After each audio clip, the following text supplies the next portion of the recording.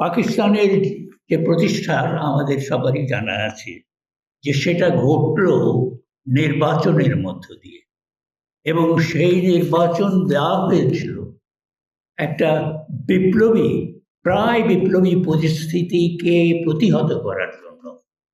তখন সমগ্র ভারতবর্ষে 1945-এর শেষে এবং বিশেষ করে বাংলায় যে মানুষ যে বিক্ষোভ হয়েছে, নানান ধরনের সামরিক বাহিনীতে যে আজাদ হিন্দ ফৌজের অফিসারদের বিচার, ধর্মঘট, সেই সমস্ত কিছু হচ্ছে, এবং সে তারই মধ্যে নির্বাচন দিয়ে ওই সমস্ত জায়গাটা, ওই নির্বাচন আমাদের দেশের ইতিহাসে অতি বিপ্লবী ভূমিকা পালন করেছে। বিপ্লবী সম্ভাবনাকে নির্বাচন দিয়ে থামিয়ে দেওয়া হয়েছে। বারবার আমরা এটা দেখেছি। এটা 46 সালে দেখলাম, ওই নির্বাচনের পরে দাঙ্গা হলো, ওই দাঙ্গার পরে দেশভাগ হলো। আমরা 54 সালে দেখলাম, 54 সালে আবারও একটা রাষ্ট্রের বিরুদ্ধে অভ্যুত্থানের পরে একটা বৈপ্লবিক পরিস্থিতির সৃষ্টি হতে যাচ্ছিল, এগোচ্ছিল। সেই সময়ে নির্বাচন দেওয়া হলো, এবং নির্বাচনে দিয়ে তো মুসলিম লীগের পরাজয় ঘটবে জানাই ছিল। তখন এই দুই কিন্তু যুক্তফ্রন্ট গঠিত হলো, এবং সেই যুক্তফ্রন্ট গঠনের পরে তাদের মধ্যে যে ঝগড়া লাগলো, তারপরে সামরিক শাসন চলে এলো। এবং ওই নির্বাচনে যে মুসলিম লীগের পরাজয় এবং তার ভেতরে যে বামপন্থীরা ছিল তাদের অবস্থান দৃঢ় হলো, সেই দেখেই এই যে আমলাতান্ত্রিক যে রাষ্ট্র পাকিস্তানও একটা আমলাতান্ত্রিক রাষ্ট্র। জিন্নাহ সাহেব একজন গণতান্ত্রিক এমনিতে ছিলেন, কিন্তু ভেতরে আমলাতান্ত্রিক ছিলেন, এবং লিয়াকত আলী খানকে হত্যাই করা হয়েছিল। লিয়াকত আলী খান নির্বাচনী সভায় বক্তৃতা দিচ্ছিলেন, তাকে হত্যা করা হলো। হত্যা করে সামরিক বাহিনীর লোকেরাই করলো মনে হয়, কেননা তার রিপোর্ট প্রকাশিত হয়নি। এবং গোলাম মোহাম্মদ, যিনি আমলা, তিনি ক্ষমতায় এলেন। যারা নির্বাচিত নাজিমুদ্দিন ইত্যাদিকে সরিয়ে দিলেন। তারপরে সামরিক বাহিনী রাষ্ট্র গ্রহণ করলো।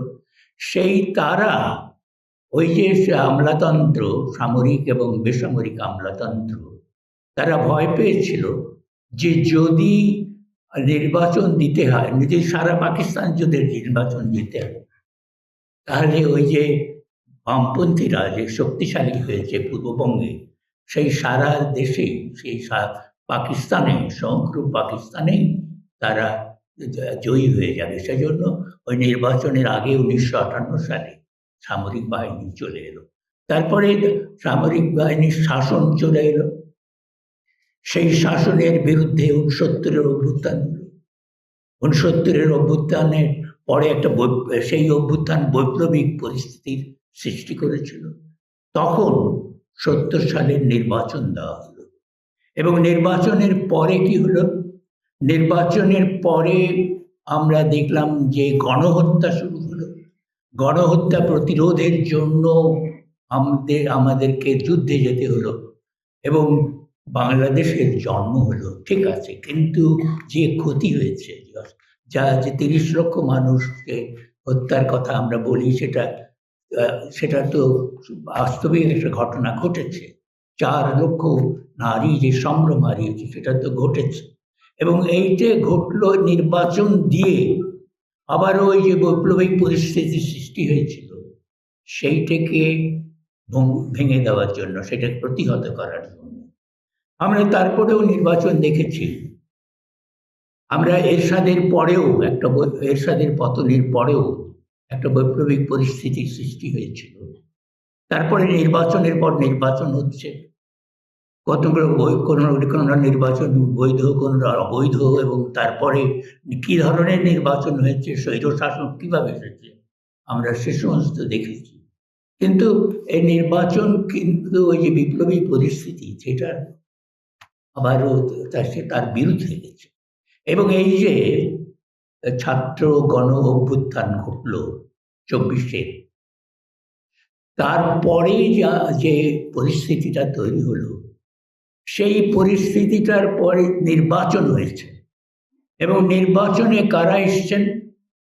সেই বুর্জোয়ারা এসছেন যারা আগে নির্বাচিত হতো, এবং সেখানে বিএনপির সঙ্গে আগে আওয়ামী লীগের প্রতিদ্বন্দ্বিতা হতো। এখন আওয়ামী লীগ নেই, কাজেই সে বেরিয়ে এলো জামাতে ইসলামী। এবং বিএনপি এবং জামাতে ইসলামী তো দুটোই বুর্জোয়া দল। বিএনপি উদারপন্থী, জামাতে ইসলামী কট্টর দক্ষিণপন্থী, রক্ষণশীল, বাংলাদেশের অস্তিত্বে বিশ্বাস করে না।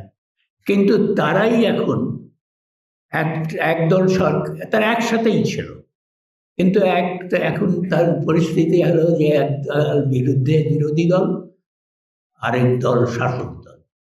এইভাবে নির্বাচনের ইতিহাসটা আমাদের দেশে প্রতি বিপ্লবী ভূমিকা পালন করেছে বলে আমার উপলব্ধি হয়েছে, সেই কথাটা বললাম। এবং আমরা যখন দেখি যে পাকিস্তানের রাষ্ট্র কিরকম হবে সেটা বোঝা যাচ্ছিল। এই যে দুর্ভিক্ষ হয়েছিল 50-এর দুর্ভিক্ষের কথা বললাম, সেই দুর্ভিক্ষ কিন্তু পাকিস্তান হওয়ার সময়ও দেখা দিয়েছিল, দুর্ভিক্ষের অবস্থা দেখা দিয়েছিল। আমরা তখন কিশোর, মনে আছে যে রেশন কার্ড সংগ্রহ করা একটা বিরাট ব্যাপার ছিল। রেশন কার্ড হচ্ছে তাহলে চাল পাওয়া যাবে, চাল, পচা গম পাওয়া যাবে, চিনি পাওয়া যাবে, কেরোসিন পাওয়া যাবে, এগুলো পাওয়া যাচ্ছিল না, প্রায় দুর্ভিক্ষ। সেই অবস্থায় পাকিস্তান তৈরি হলো, এবং পাকিস্তানের রাষ্ট্রীয় চরিত্র কেমন হবে সেটা জিন্নাহ সাহেবের বক্তৃতাতে আমরা বুঝে ফেলেছি। জিন্নাহ সাহেব ঢাকায় এসে, প্রথমবার ঢাকায় এলেন এবং শেষবারের মতো ঢাকায় এলেন, এসে বললেন যে উর্দুই একমাত্র রাষ্ট্রভাষা হবে। কেন বললেন এটা? জিন্নাহ সাহেব অত্যন্ত বুদ্ধিমান মানুষ ছিলেন। তিনি জানতেন যে জাতীয়তাবাদের যে ভিত্তি, জাতির যে ভিত্তি, সেই ভিত্তির প্রধান উপাদান হচ্ছে ভাষা।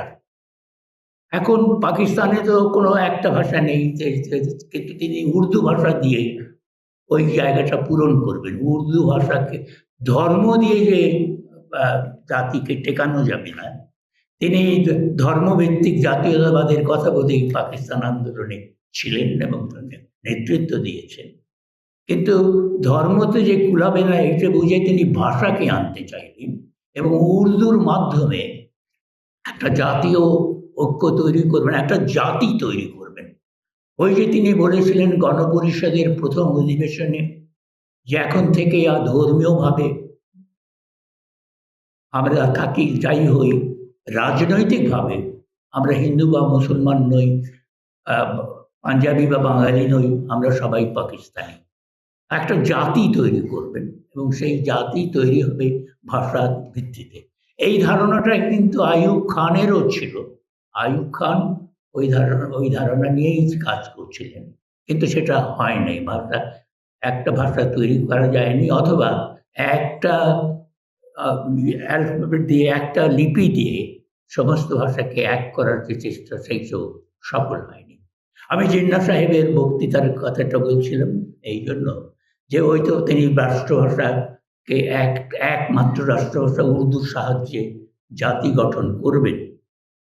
তিনি ঢাকা বিশ্ববিদ্যালয়ের সমাবর্তনে যে অলিখিত বক্তৃতাটি দিয়েছেন, তার শেষাংশে তিনি একটা গুরুত্বপূর্ণ কথা বলেছেন, দৃষ্টান্ত দিয়ে কথা বলেছেন যে রাষ্ট্রের চরিত্র কি হবে সেটা তার ওই কথা থেকে বোঝা গেছে, এবং সেইটাই ঘটেছে। যে তিনি বললেন যে আমি দেখতে পাচ্ছি এই যে তোমরা এই সমস্ত উল্টাপাল্টা কাজ করছো, আন্দোলন হচ্ছে, এগুলো সব খারাপ। এখন পাকিস্তান এসছে, উন্নতির দ্বার উন্মোচিত হয়ে গেছে, তোমরা সবাই ওই উন্নতির অংশ নাও। তিনি দৃষ্টান্ত দিলেন, দুটো দৃষ্টান্ত। একটা দৃষ্টান্ত হচ্ছে তিনি দেখেছেন যে একজন MA পাসের তুলনায় একজন ট্যাক্সি ড্রাইভার বেশি আয় করছে। একথা বলে তিনি কি বোঝাতে চাইলেন বোঝা গেল না। উচ্চশিক্ষা এবং কর্মের সংস্থান এইটা তো দুটো আলাদা জিনিস। সকলেই ট্যাক্সি ড্রাইভার হবে, এটাই কি তিনি বলতে চাইলেন? কিন্তু রাষ্ট্রের দায়িত্ব ছিল তো ওই MA পাসকে কাজ দেওয়া, রাষ্ট্র সেটা দিতে পারে নাই, সেই জন্য ওই MA পাস হেরে যায় ট্যাক্সি ড্রাইভারের কাছে। দ্বিতীয় তিনি উদাহরণ দিলেন যে আমি করাচিতে একজন যুবককে জানতাম যিনি